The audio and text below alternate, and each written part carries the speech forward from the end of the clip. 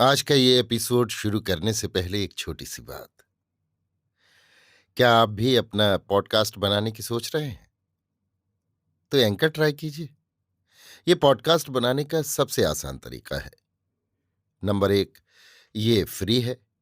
Number 2, इसमें कई सारे ऐसे टूल्स हैं जो आपको अपने फोन और कंप्यूटर पर रिकॉर्ड और एडिट करने की फैसिलिटी देते हैं। नंबर 3, आप अपने पॉडकास्ट को डिस्ट्रीब्यूट भी कर सकते हैं, जिससे इसे स्पॉटिफाई और दूसरे प्लेटफॉर्म पर सुना जा सके। तो डाउनलोड कीजिए फ्री एंकर ऐप या विजिट कीजिए anchor.fm पर अपना पॉडकास्ट स्टार्ट करने के लिए। ये तो थी एक छोटी सी जानकारी, और अब शुरू करते हैं एपिसोड का सिलसिला। तो आज के एपिसोड में लीजिए सुनिए किशोरीलाल गोस्वामी के लिखे उपन्यास खूनी औरत का साथ खून का दूसरा परिच्छेद, आशा का अंकुर, मेरी यानी समीर गोस्वामी की आवाज में। अस्तु जब मैं दूध पी चुकी तो मैंने क्या देखा कि जेलर साहब दो भले आदमियों के साथ मेरी कोठरी की ओर आ रहे हैं, और उनके पीछे पीछे एक आदमी दो कुर्सियां लिए हुए चला आ रहा है। मेरी कोठरी के आगे दालान में वे दोनों कुर्सियां डाल दी गईं, और जेलर साहब ने मेरी ओर देखकर यों कहा, दुलारी, इन दोनों भले आदमियों में से जो काला चोगा पहने और बड़ा सा टोप लगाए हुए है, यही तुम्हारे बैरिस्टर हैं, और जो सादी पोशाक पहने और मुरेठा बांधे हुए है, ये सरकारी जासूस है। ये लोग जो कुछ तुमसे पूछे उसका तुम मुनासिब जवाब देना। अभी 12 बजे है, और ये दोनों साहब 5 बजे तक, अर्थात 5 घंटे तक यहाँ ठहर सकेंगे। बस जब ये लोग जाने लगेंगे तब यही आदमी जो कुर्सियां लाया है मुझे इत्तला कर देगा, और तब मैं आकर इन दोनों साहबों को जेल से बाहर कर दूंगा। बस इतना मुझसे कहकर जेलर साहब ने उस आदमी की ओर देख कर यों कहा, रतन, तुम यहीं ठहरना, और जब ये दोनों साहब जाने लगें तो मुझे तुरंत खबर करना।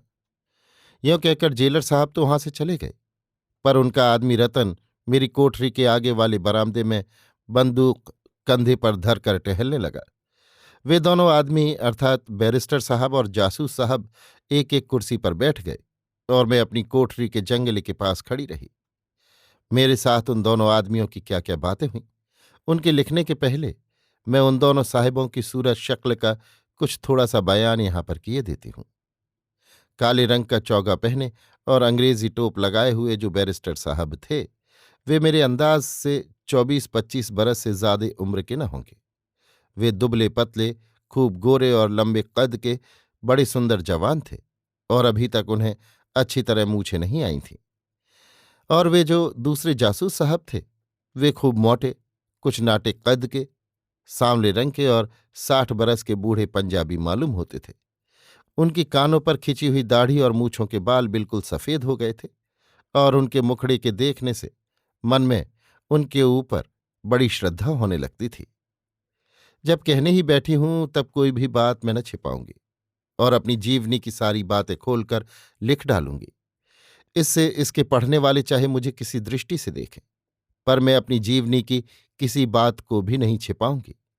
तो मेरे इस कहने का क्या अभिप्राय है? यही कि भाई दयाल सिंह जी को देखकर मेरे मन में उन पर जैसी श्रद्धा हुई थी, वैसे ही बैरिस्टर साहब को देखकर उन पर भक्ति भी हुई थी। वो भक्ति बड़ी पवित्र, बड़ी पक्की और बड़ी हृदय ग्रहणी थी।